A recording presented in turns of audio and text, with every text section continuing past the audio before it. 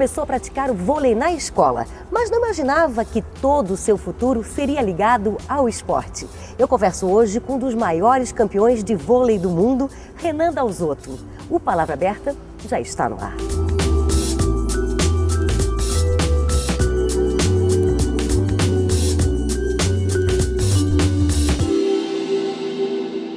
Renan, normalmente os meninos gostam muito de futebol na infância. E contigo, foi paixão direto pelo vôlei?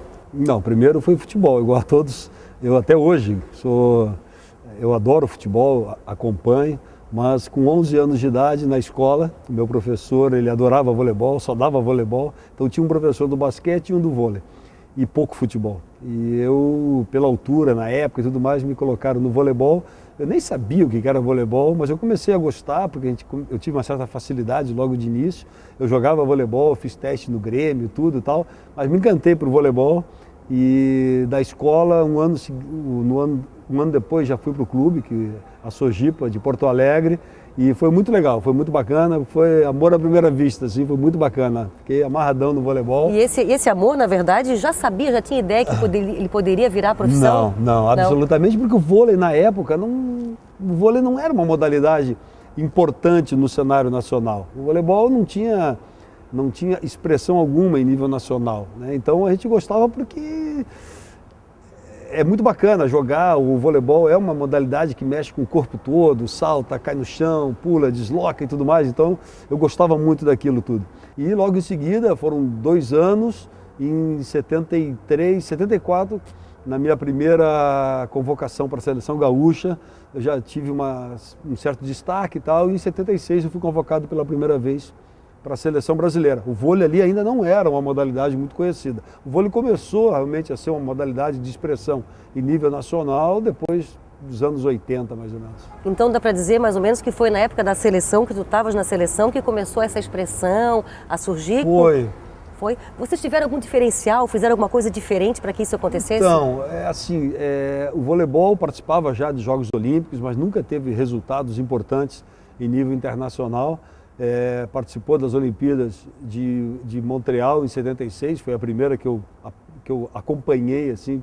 Eu lembro que eu estava no Rio de Janeiro já treinando com a seleção brasileira juvenil, eu estava pelo rádio Jogos do Brasil.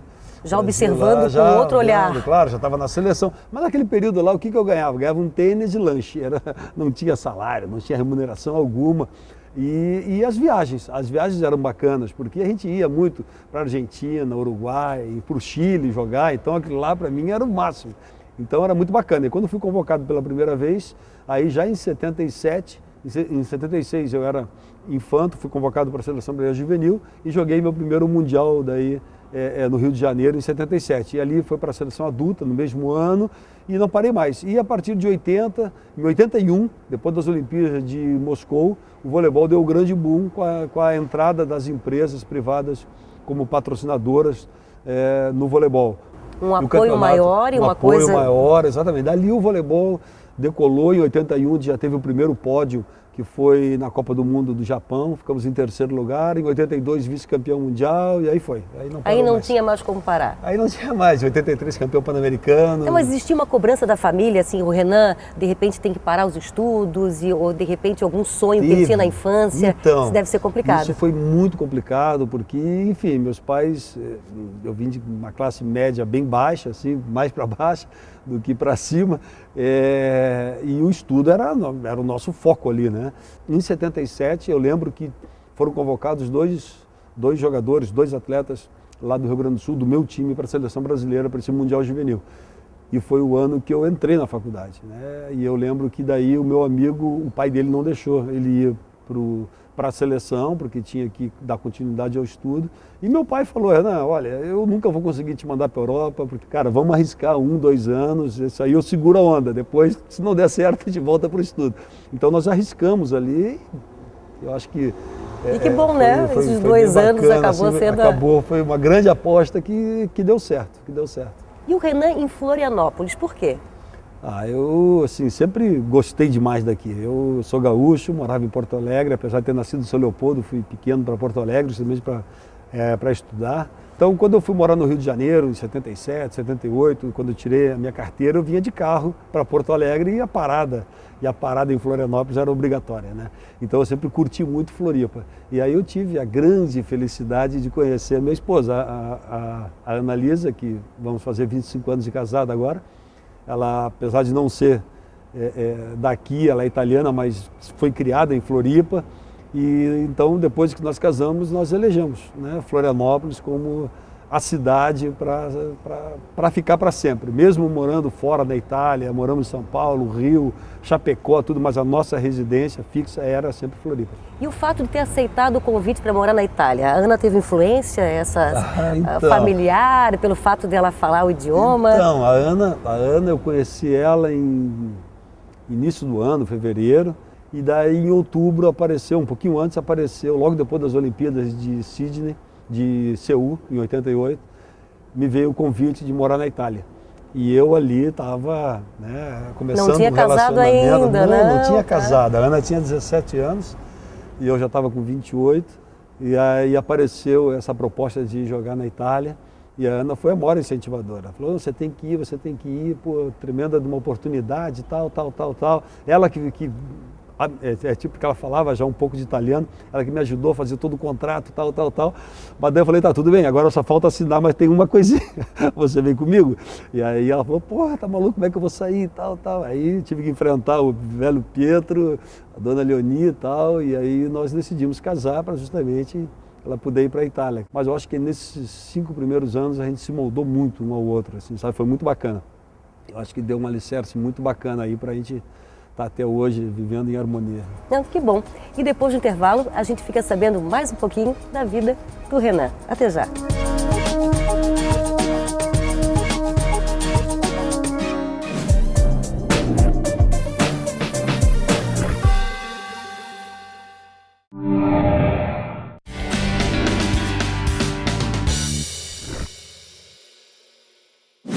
E Renan, para encerrar esse assunto da época do casamento, é verdade que o teu sogro fez uma espécie de ameaça? Como é que foi? O meu sogro para mim é um pai, né? É um pai. Hoje eu não tenho mais meus pais, mas os meus, tanto sogro como sogra, para mim é a minha família. E ele bateu uma química muito legal já desde o início, né? Então, quando eu fui pedir a mão da Ana em casamento, sei que eu estava levando ela para a Itália, arrancando da família e levando para a Itália, ele me apareceu na sala com uma espingarda, né? Como um bom siciliano, por exemplo, olha aqui, né? Você leva, mas vai trazer de volta, né? Enfim, a minha família só tem 2 estados civis, né? Ou é casada ou é viúva, então opa! Se liga. Não, mas é tudo uma grande brincadeira, ele é uma pessoa fantástica, me dou super bem, tanto com meu sogro como minha sogra, foi muito bacana desde o início. Acho que tudo isso colabora para essa união bacana que nós temos. E para dar tudo certo até hoje, né? Claro. Ô, Renan, na época como jogador, eu acredito que tendo uma família, uma responsabilidade, o atleta muitas vezes não pensava no futuro. Tu tinhas essa preocupação? Eu sempre tive, eu sempre fui muito pé no chão, assim, sempre. O atleta, principalmente o atleta, ele tem uma certa dificuldade de entender um pouco esse mecanismo de investimento para lá, para cá. Depois que eu casei, assim, foi a minha grande virada, eu acho, porque a Ana começou a cuidar muito legal do meu patrimônio, né? E hoje se concretizou, né? Ser uma profissional expert nesse sentido. Tem uma empresa que é a Par Mais, especialista, né, especializada nisso, né, em cuidados de planejamento financeiro. Planejamento financeiro pessoal. Mas mais algum tipo de planejamento que não seja o financeiro é preciso na época? Algum equilíbrio, ou relação, ou ter muitos amigos, ou pensar assim num foco diferente, o que eu vou fazer depois? Isso é importante também? Eu acho que na vida tudo passa por planejamento, né? Você tem que saber planejar. E eu sempre fui muito de trabalhar com metas, né? Criar foco. Olha, eu quero isso. Mas para chegar lá, eu sei que eu preciso passar por essas etapas, né? Ou abrir mão de alguma coisa. Exatamente. A gente tem um ditado no voleibol que cada dia que você não está dentro, trilhando, né, aquele caminho que é o correto e tudo mais, cada dia que você não faz isso é um dia mais longe que você está do seu sonho. E qual é o sonho do Renan hoje? Hoje, tá, meu sonho hoje é mais do que qualquer coisa, eu vou dizer, é familiar, ver, eu tenho 2 filhos, o Gianluca e o Enzo, ver eles bem, de saúde, felizes acima de tudo, O meu plano de vida, o meu planejamento é a família, ver todo mundo bem. Hoje eu vibro, torço demais. E hoje tu incentiva os teus filhos a praticarem esporte? Bastante, bastante, porque eu acho que o esporte ele é extremamente salutar e importante na vida de uma pessoa, não necessariamente no alto rendimento, competitivo, mas fazer, praticar é muito bacana e isso eles têm já no sangue e eu torço demais e vibro demais hoje também com o sucesso da Ana. Ô Renan, ninguém pode dizer que na vida não tem algum arrependimento. Assim, na carreira, todos esses anos, alguma coisa tu abriu mão, mas talvez tenha algum arrependimento, alguma coisa que tu pudesse voltar atrás e não teria feito. Sabe dizer o quê? Pô, essa vida tá cheia, só sucesso, só maravilha. Não, eu já errei muito, né? E a gente até, às vezes, a gente brinca que no esporte a gente mais perde do que ganha. Mas no fim, você olha para trás, tudo é muito legal, né? Tudo valeu a pena. Mas levando para um campo assim, tu vê como é que é a sua pergunta, né? Eu tenho um lance, você vai dizer, não, mas não é isso que eu quis dizer, mas eu tenho um lance de jogo que me marcou assim tremendamente. Foi a final de um campeonato mundial de clubes na Itália, e naquela época ia até 17 pontos, tal. Eu sei que o jogo estava 16-16, a última bola foi para mim e eu acabei errando a bola. Aquilo ali, e até hoje eu falo, pô, mas por que eu não fiz diferente e tudo mais? Se é uma coisa que eu tenho que me culpar, é aquela bola, sabe? Porque o resto, todas as decisões que eu tomei assim na minha vida, de mudança de estratégias, mudança de emprego, de cidade e tudo mais, eu vou dizer que nós sempre fizemos valer a pena, sabe? Sempre foi muito legal.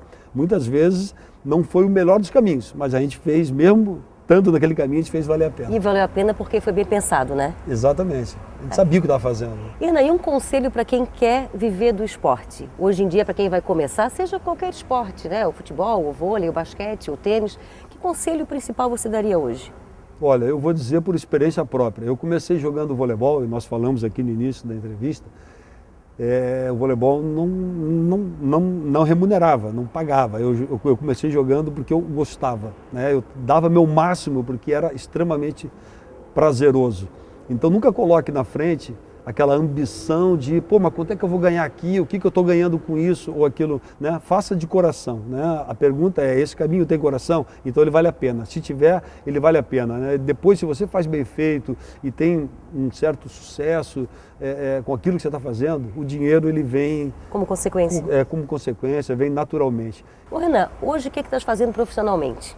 Bom, além do voleibol, que é já um pouco a minha marca registrada, né? Como atleta, depois como treinador e hoje como gestor do esporte. Estamos com um projeto aqui há 14 anos, primeiro com a Unisul, depois com a CIMED, e agora estamos em busca de um novo parceiro para dar sustentação a esse projeto. Estou lá no Guarani, uma parceria bacana com o Sávio, no futebol também, uma experiência bacana. Tive 3 anos como diretor de marketing do Figueirense, deu para aprender muita coisa. E, enfim, e a outra coisa que eu faço extra, né, campo e quadra, sou palestrante também, faço algumas palestras. Como é que funcionam essas palestras? Corporativo, trazendo um pouco da experiência das quadras, não só como jogador, mas como gestor, e, enfim, porque e isso é muito legal, esse link que existe, né, do comportamento dentro de quadra, de gestão de time, para a gestão do mundo corporativo e tudo mais. E essa experiência tu conta também, além da palestra, tu conta tem um site teu. Isso, dentro do meu site, eu tenho um site que é renandalzotto.com.br, e ali explica um pouco, né, quais são as palestras que eu tenho, porque as palestras, na verdade, elas são bastante personalizadas, né? Então, uma palestra bastante interessante, porque tem sempre um link muito bacana com o esporte, com a realidade da empresa que está me chamando, no caso. Que bom. Obrigada pela entrevista. Obrigado, querida. Foi um prazer te ver. Prazer foi meu. Tá bom? Até a próxima.